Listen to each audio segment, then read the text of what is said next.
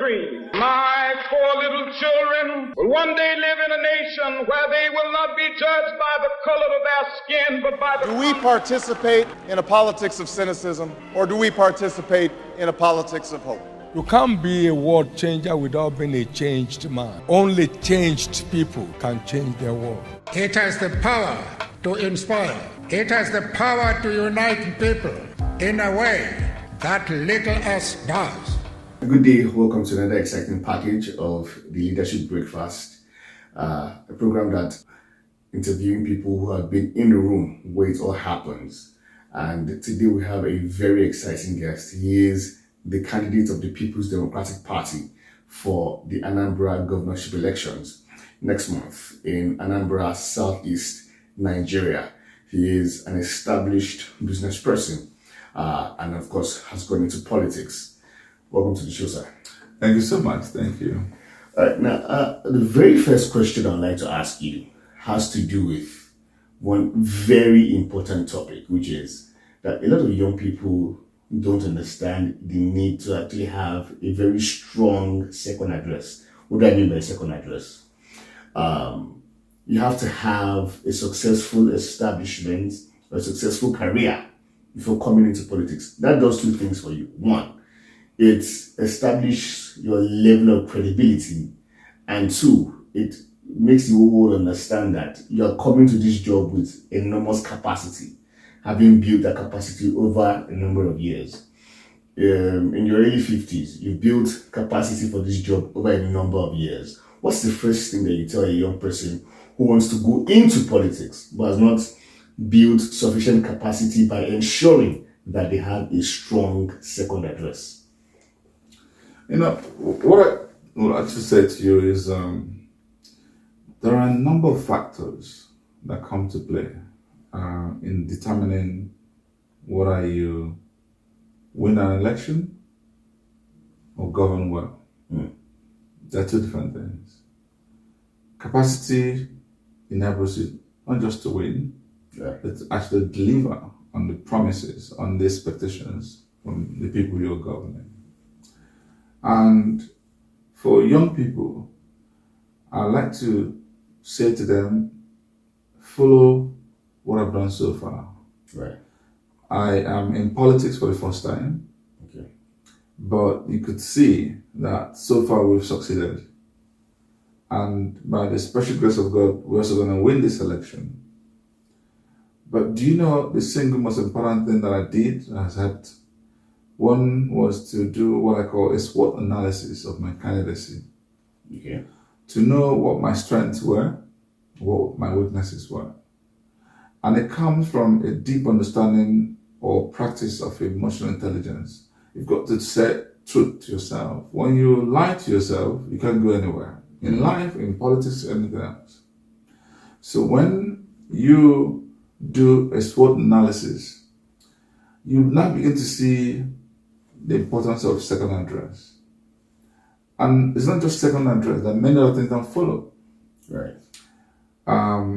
Today, I feel the single most important factor is content of character.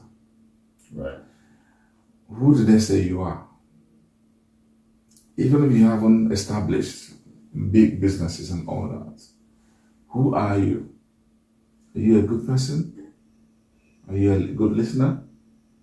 Are you somebody who learns fast? Are you somebody who is visionary? Are you somebody who can be said to have capacity, competence? It is important that we assess the candidacy, do a proper due diligence. And so you have to tell yourself this truth first before people will start to make this analysis of who you are and how you have built goodwill or badwill, as case may be, will have a long impact into how you succeed. Part of why I think I'm doing well is because if you gather 100 people to talk about Valentine, and if there happen to be people who have had interactions with me, maybe up to 90% may say to you, oh, he's a good guy. That level of goodwill can do more marketing for you than you opening your mouth to talk. Mm-hmm. So I am emphasizing the importance of character. Candidacy must be somebody who is personable, who is who's got human skills, who has a high dose of emotional intelligence. Before you go into the second factor, which is the party, the platform, you can't just wake up and take any mushroom party and think you can succeed.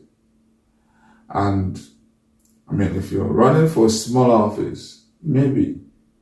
If you're running for a national office, for instance, it has to be a party with a national spread. Sure. So look for a party that will give you what you're looking for, that will fit your ideology and the ideology of the people, and also that your people will find acceptable. So you don't become an imposition onto your people. And number 3, process is important. As a young person, you know, if it's about money, you may not be able to compete well enough. It's about, a lot of other things people consider important, your connection and all that. You may not be able to match. But at least insist on a free and fair process so that the best can actually emerge. Your popularity can help you, whatever other strength you have, so that when you have done that initial SWOT analysis of yourself, you actually are able to know how to manage your weaknesses, if not overcome totally. But because nobody is complete, there's no 100% in any human being. Make sure you can play on your strength to see how that can help you in overturning your weakness. If you deal with these 3 things as a young person, number 1, who you are. Number 2, which party. Number 3, which process. I think you're already halfway there. And this is why, for me, then it's not everything that I've said here that's within your control. If your process is not totally within your control, Absolutely. it won't be tidy if you get there and the elections are only rigged. There's not much you can do, but there's what you can do in terms of advocacy, getting people to start, it's always good to be proactive. Make sure you anticipate what is coming and figure out how to deal with those issues through what I call scenario planning. If it goes this way, this is what we're going to do to react to it. If it goes that way, this is how you should respond to it. When you do all this, you have a greater chance of succeeding. You've talked extensively as someone who comes from the background of business and enterprise, scenario mappings and all that. But this is a youth platform, and I know that there are so many young people in Anambra State. 2 things. First and foremost, why should a young person in Anambra State vote for you? And secondly, what's the first few things you tell young people who want to follow in your footsteps to go into public service? And I ask this question very instructively. Why? Currently, we're marking the 1-year anniversary of the NSAS movement, and a lot of people have said, protesting is not enough. Get into the fray, get involved, in the 3 critical processes, which is the political, the electoral, and the governance process, which you are in. So if we're all asking young people to say, okay, get involved in the process, that's more important than protesting. You have gone into the fray. You understand. You have some level of experience. So what would you tell young people who want to go into that process? But first of all, why should a young person in Anambra State vote for you? I think that at this point in time, they can see I am the best they can find. I'm the best in terms of who can meet their demands, who understands their pain, who has done also a lot to change their life, who has helped younger ones build capacity, empower them. And this is why I get a nickname King of the Youth. It's not by accident. It's something that's happened over time. Now, young people actually feel that the older generation hasn't been fair to the young ones. Yeah. I feel that not only have they deprived them of opportunities, they've actually judged them unfairly. Because they always will tell you, oh, when I was in school, how did you mess up my own school in my own time? And you're still telling me when I was in school. I want to say this. even with all this deprivation, in the young ones, I still see the positives. I see the resilience, I see the commitment, I see the hard work, I see them actually thriving and succeeding in spite of absence of governance. As a matter of fact, in areas where government have been out of the way, it's actually the areas the youth have been doing much better. Look at entertainment. And tell you, if government was regulating entertainment where they do other things, youth won't be succeeding there. Look at sports. The much they're succeeding is being without government. These are things that are youth inclined. Technology hardly doesn't exist in the way we should expect it. There's no reason why we shouldn't be talking about a Mark Zuckerberg out of Nigeria or Anambra. Now, who is it among the aspirants that would be able to understand this, understand the nature of the youth, understand their dynamics, also understand that in the world that we live today is a digitalized world, the modern world. And you've got to be youthful to fit into that. You've got to be youthful to understand the needs of the youth. And I am the only youthful candidate among the top parties we have. Between APC and APGA, before they can get into this office and run for 8 years, they're already in their 70s. So they're not useful. At 50, I'm a bridge between the younger ones and the older. So let me go get the power from the older generation so I can transfer it to the younger one. You need that bridge. They need me. I need them.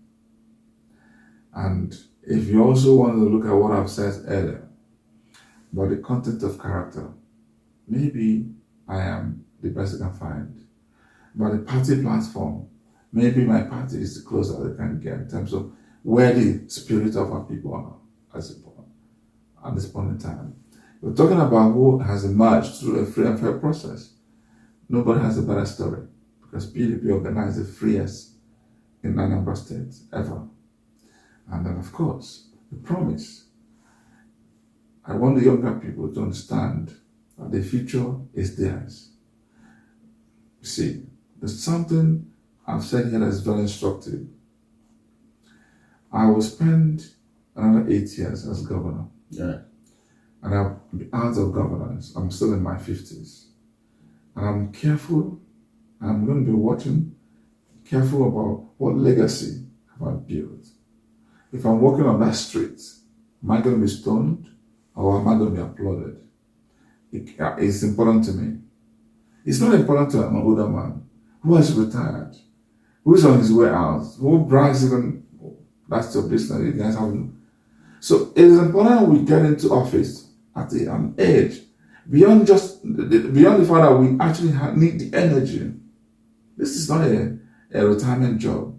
This is we're talking about a CEO of a conglomeration of companies. It's a conglomerate. It's beyond a conglomerate.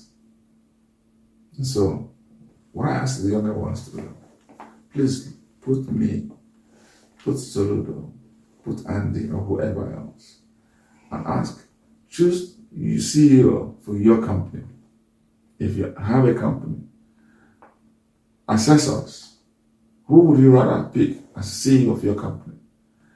If you think that these are not good enough to be the CEO, then they're not good enough to be the next governor. And that's where I'm.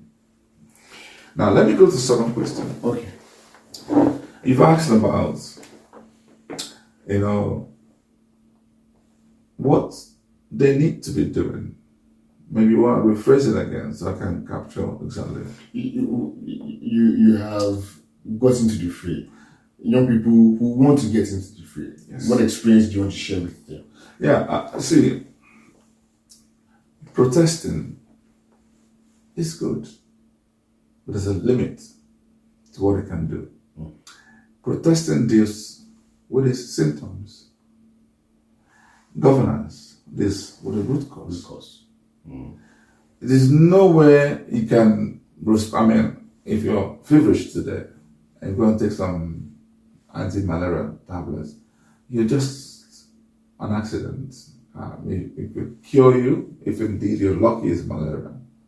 But if you want to be smart, you want to be wise, you want to be strategic, you go see a doctor and do a proper diagnostics. So I can tell you, actually, it's malaria or it's typhoid. So you cannot do the right thing. So for younger ones, it's good to agitate. But there's a way I look at agitation. You have given up. A little kid that you take a bread out of his hand and he's crying. I am helpless, they've taken my bread. No, that's not what I want from young people. I want them to take charge. No, I will compete. I'm more in number, I'm more useful, I'm more energetic. And in battlefield, I'm going to defeat you.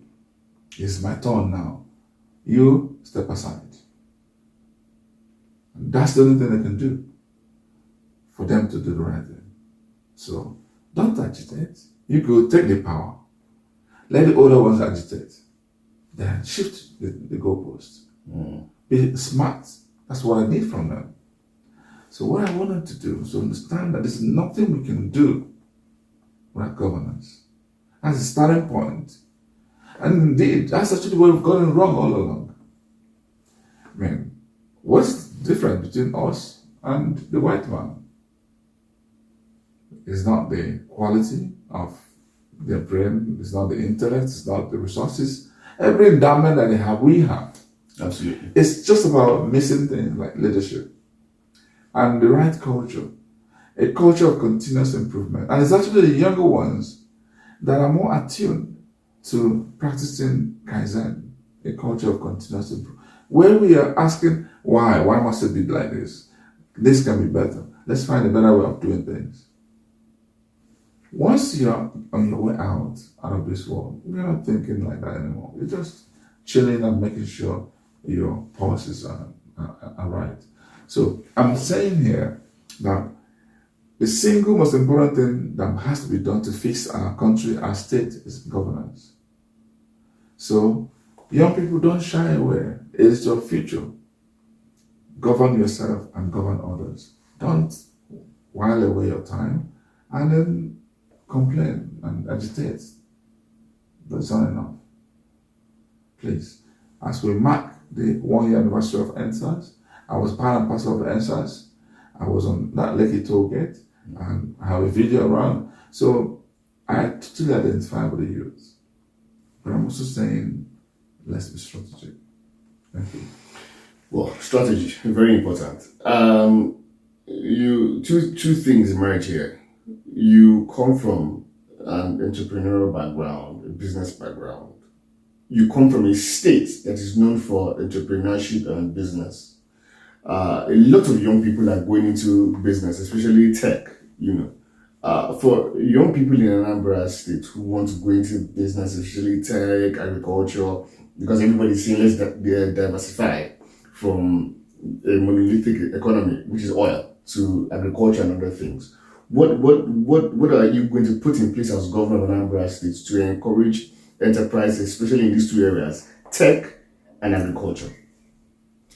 See, those are two of the most important sectors of emphasis for me personally. But let me give a general advice first before I get to the specifics. I always want people to do the right thing. You've got to be methodical. You've got to understand what is required to be done. Please, to run any business, it's like moving from point A to point B. And simple question is, how do I need to navigate to get to that point B? It starts by asking, who am I? Where am I? Understanding the dynamics, conducting the right feasibility, and saying that these are the key success factors.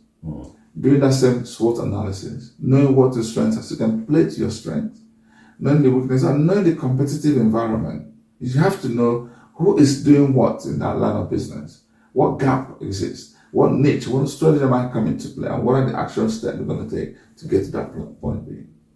And once you start to move and start to measure, you find that maybe point B is actually not the right destination, maybe point C. You discover, you keep adjusting. That's how to succeed in business. And it's that simple. So if you now want to bring this to whether it's agriculture or tech, I can say that follow the same roadmap. But what is now important for me going into governance? What am I coming to do to make its life easy, make Anambra more competitive? There are two things I will say here. One, I actually want Anambra to be an agricultural processing hub. Number two, I want Anambra to be a technology hub. And I'll speak to the two now. On the agricultural side, we have area we call Oman balances, where different citrus, different crops, different vegetables are being cultivated. Right. But what people simply do is they go to farm. Sometimes they suffer the consequence of grazing and flooding and all of that, and they lose their harvest, and then poverty keeps getting recycled. And even when they succeed in a particular farming season and they sell, they make a little token. Doesn't shift them away from the poverty line. The only time we can make progress as a people is that we need to look at the entire value chain and see where we can unlock values. If you're able to move from that processing, from primary production to processing, to storage, to export, you start to see more money trickling. And it creates that market, that enabling environment, and that tax environment, that, I can call it social environment, that ecosystem that will make that business more competitive. And you're on the right track. So what do we need to do? We want to concentrate all our effort in a particular and get it right there. So when we've gotten it right, we can now begin to replicate across other areas. So this is what we have in mind to do. Thank God that in the same umbrella axis, we've just built a brand new cargo airport that we can leverage to move on to export and go into bigger markets beyond that area. So I think with this, many businesses will set up out there and people start to tell testimonies of how they've succeeded. On the technology side, I am a firm believer that that's the only way we as Igbo people, we as Nigerians can catch up with the rest of the world. Yeah. Because what technology does is it breaks all barriers. I can't compete with America today on industrialization, on building a new aeroplane, on building a heavy equipment. I can't. They're way ahead of us. But I can compete with them on technology. It's new, it's trendy, it's nothing that they're doing that we can't do. Mm-hmm. So why don't we focus on getting our people prepared? Why don't we just start from changing curriculum, starting early, and getting our people young from primary school learning programming languages, and then eventually moving to where we can actually set up a big, system where global tech companies can actually set up their R&D so that our people can become, channeled through that training, that experience that can get us to solving our problems and solving global problems. Because tech is really about identifying problems around you and figuring a better, efficient solution around it. And whether we now take this to the level of artificial intelligence and all the part, the important thing here is that we have built an army of people who are savvy, who are talented, who cannot be, who can fit into other climes.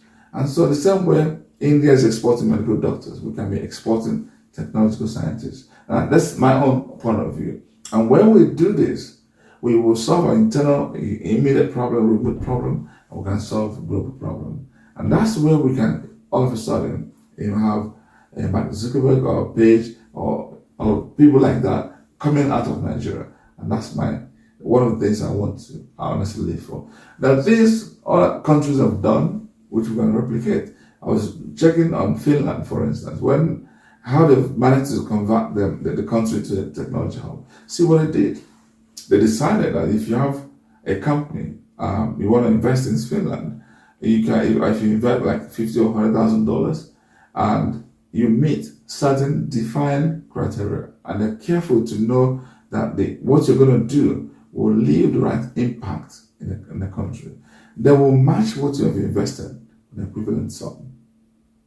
So you invest $100,000, they match it with $100,000. So now I have $200,000, and it's a grant. But that grant has to be utilized in a certain way. And when that happens, first and foremost, many companies start from moving into Finland. That's how the big tech companies start, let's say, pipelines. Once you have a pipeline of people that can fit into what you're looking for, they'll start to establish where you are. And all of a sudden, Finland is a hub in Europe. And I was part of a technology company in Germany. And we're looking for how to expand to Europe, other places in Europe. Our next natural place was Finland. So this is how you can change our story in this part of the world. Copy what has happened and replicate and domesticate locally. So that way, Anambra can actually be one state that can be proud of. What is the greatest experience that you've learned from the private sector that you're bringing onto this job if you become governor of Anambra State? Two things I would just quickly say. There are many, but let me just latch on two. One is performance management and pursuit of excellence. Right. I am greatly disturbed when people see government business as no man business. The mentality, the sentiment is terrible. It's not my father's business. It is actually your business and your father's business and your grandfather's business. That's what government is. Civil service. You actually, like Obiora has even messed a lot of things up. You have thousands of appointees who don't go to work. They earn salary. So you're creating another society of lazy-minded people who don't have to do anything just because you've been part of an electionary process. You just earn salary and do nothing. I am a performance-driven person. If you work harder, you earn more. If you are able to, show that you've met certain level of criteria, or we get things measured and we'll get things rewarded. That's how effort is not result. I'm a result-oriented person. These are the things we're known for in the private sector. And so people are celebrated when they're doing well, and people are punished when they do wrong. Until we bring this to bear, we're going nowhere as a people. Number two is a culture of continuous improvement. It's similar to number one, but this is really where the emphasis on challenging the status quo comes in. Yeah. And Kaizen is a subject matter that has not been studied globally. Kaizen means change for the better. Now, whatever it is that we do in life, there are always ways we can improve on it. Go figure those ways out and keep changing, keep evolving. That's what can take us to a new dimension, a new level as a people. If you go to your village today, nothing changes. Absolutely nothing. The much that can change is you see brand new house and building. Maybe some philanthropists are happy, they fix some roads. That's it. How do life evolve in your community? The tradition is to continue with the old tradition. If they tell you this is how they used to swim, they still want to swim. This is how to tie wrapper the same, they have to beat drum the same way. Nothing changes. But in the other claim, the emphasis is on evolution. Yeah. If you have this phone in your pocket now, and it's Samsung 8, they're already in the laboratory looking for Samsung 9. Sure. Evolving. That is the culture. And for you to understand this culture, It consists of three things. Let me just talk about two. One is cotton waste. Maybe let me just stick to waste, cotton. Muda. It's Muda, Mura, and Muri. Let me talk about Muda. Muda is waste in Japan. Cotton waste does a lot for everybody. Right. As you are today, you spent 24 hours in a day. What did you do with that 24 hours? Calculate it carefully. Maybe you spend 7 sleeping. Spend 3 on social media. Spend 3 on visiting some people and being on traffic. Spend 4 reading, studying, or being in business, or doing something productive. Just by checking to see, oh, this level of time is actually a waste. Let me add 1 hour from the waste bound to the useful bound and keeping consistent with it, being conscious of this. You'll be shocked the magic that will happen in your life. Bring it to public service. If all of a sudden you discover that, in fact, just even how you conduct your meetings, you get into meeting, you don't spend 2 hours praising God. It's good to praise God. Be mindful of time. Be mindful you're here to add value. Pray to God at home. Come to office and face that business. Bring a combination of hard work and faith together. I used example of praying. This is even better than some people that will get to office or get to a function. They spend time eulogizing them and calling titles. For 2 hours, nothing has happened. Those are wastes. Cut those wastes. And bring this to the level of efficiency. Why would signing CFO take 6 months? Why not 1 week? Why not even 2 hours? What do you need to do? Leverage technology or whatever else, and you can get it done. Why would anything, any approval or anything, increase velocity, increase speed, increase efficiency, and cut waste and cut waste? So these are the things we are now going to have to replicate, copy, transfer from private sector mindset to the public. So we have to run this as a CEO, not as one man who thinks, oh, this is my time to jump. This is the mindset. Typical Nigerian way. Let's come into politics. I quite agree with what you talked about. Recently, the vice president was talking at an event in Southwest, and he said subnationals must think like sovereign countries. So I understand what you say when you say let states and their chief executives think like business people. Let's come to politics. You've been on the streets for the past 6-7 months. From the primaries, you won the primaries, and now you're tombing the streets for the general elections. What are some of the things that you've suddenly come aware of, and that you would like to share with young people to say, look, going into this thing, these are some of the things I've learned. If you must go into this, be mindful of this, be mindful of this, concentrate on that. What are some of these things that you've learned and you'd like to share with young people? First is, it's possible. It is always possible. I want that mindset of possibility. There's nothing you can do. Just understand what you need to do to get to where you need to get to. And consciously follow and make sure you get those things done. And check and see that you're correcting where there are errors.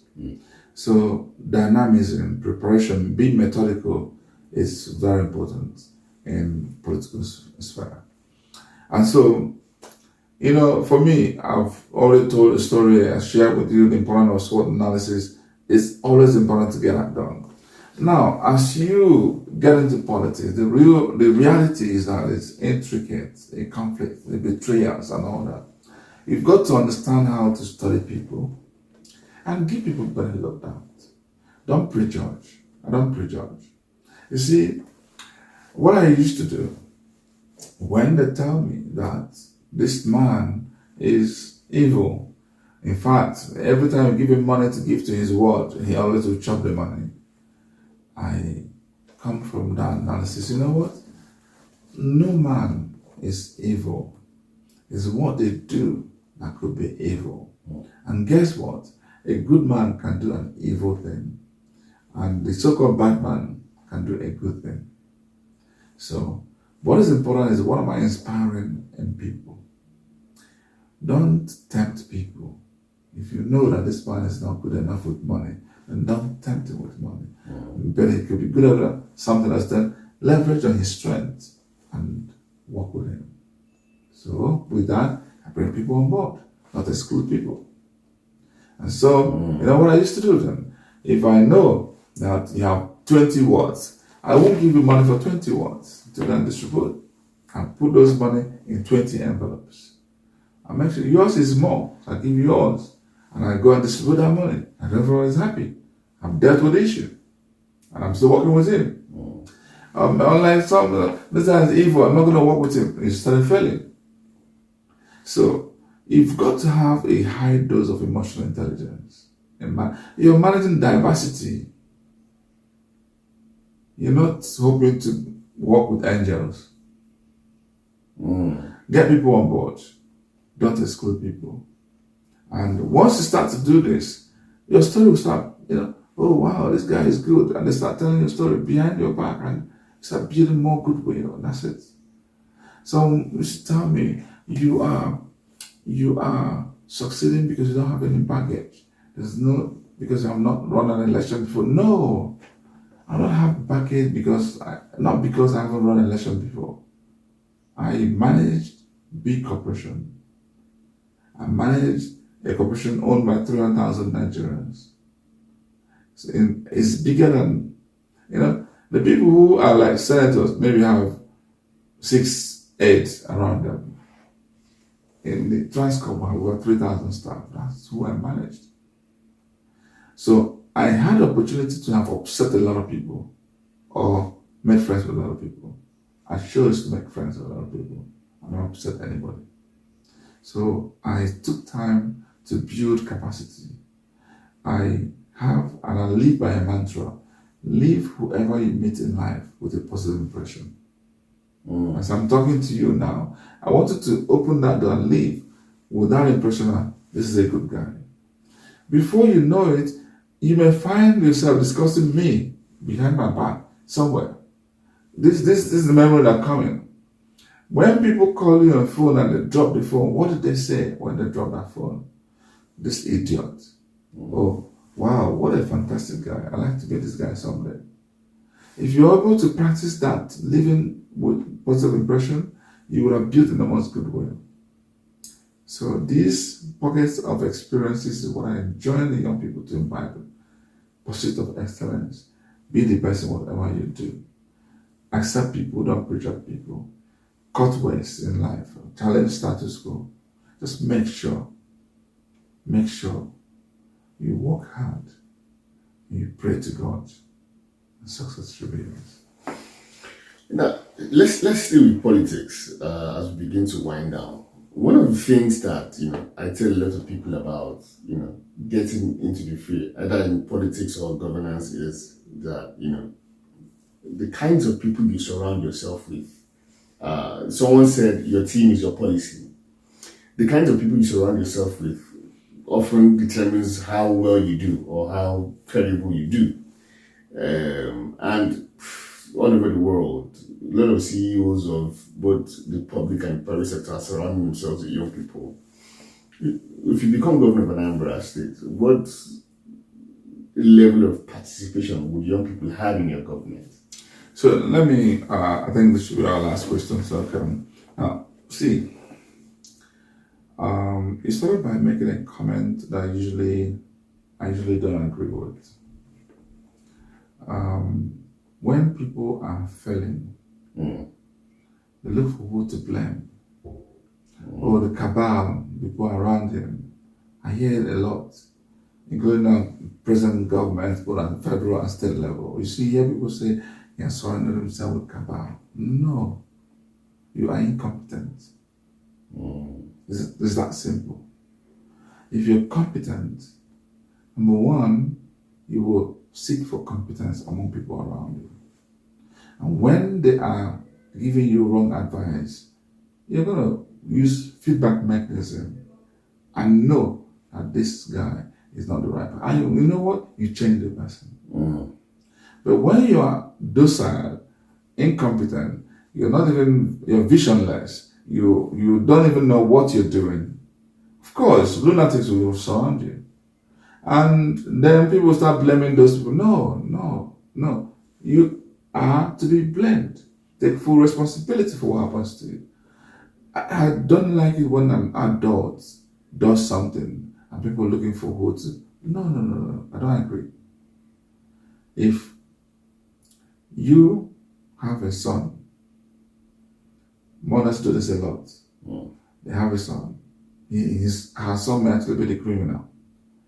They go to school and do something, maybe they'll start blaming the other person's child. You're the one that influencing my son badly. No.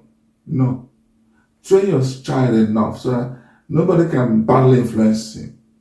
Take responsibility. It is actually only when we take responsibility that the right things, we will introspect and we'll do the right things to correct what may be wrong.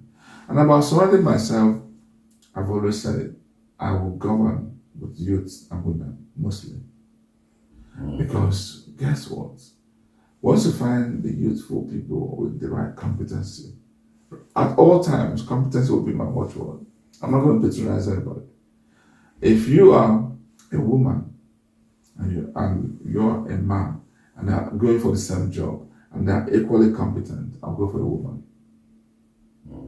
But if that woman is less competent, I will never go for that woman because she's a woman. So you better be ready to be competent. So I think that when we do a number of things right, Anambra, by extension Nigeria, we have the people, the resources, the intellect. Absolutely. What is missing is leadership, quality governance. Let's recruit leaders right. And when you do that, also ensure competency is entrenched across and ensure that culture is emphasized, a culture of continuous improvement. When we combine these three things, and you have the right person, the right content of character, the right party that has the right promise, we are on our way to building the most resilient subnational ever known to Nigerians. This is exactly why I'm in politics. Mr. Valentine Ozigbo, thank you so much for coming on the Leadership Breakfast. Let me sincerely wish you all the best in your campaign. Thank you. We look forward to doing this after you become governor of Anambra State. Next month is around the corner. Wish you all the best in your campaigns and at the elections. I will closely watch that election as well. Thank you so much for coming. God bless you. God bless you. Have a wonderful Thank time. you. That's the show for this week. We'll see you next week. Have a wonderful time. I have a dream. My 4 little children will one day live in a nation where they will not be judged by the color of their skin, but by the... Do we participate in a politics of cynicism, or do we participate in a politics of hope? You can't be a world changer without being a changed man. Only changed people can change their world. It has the power to inspire. It has the power to unite people in a way that little else does.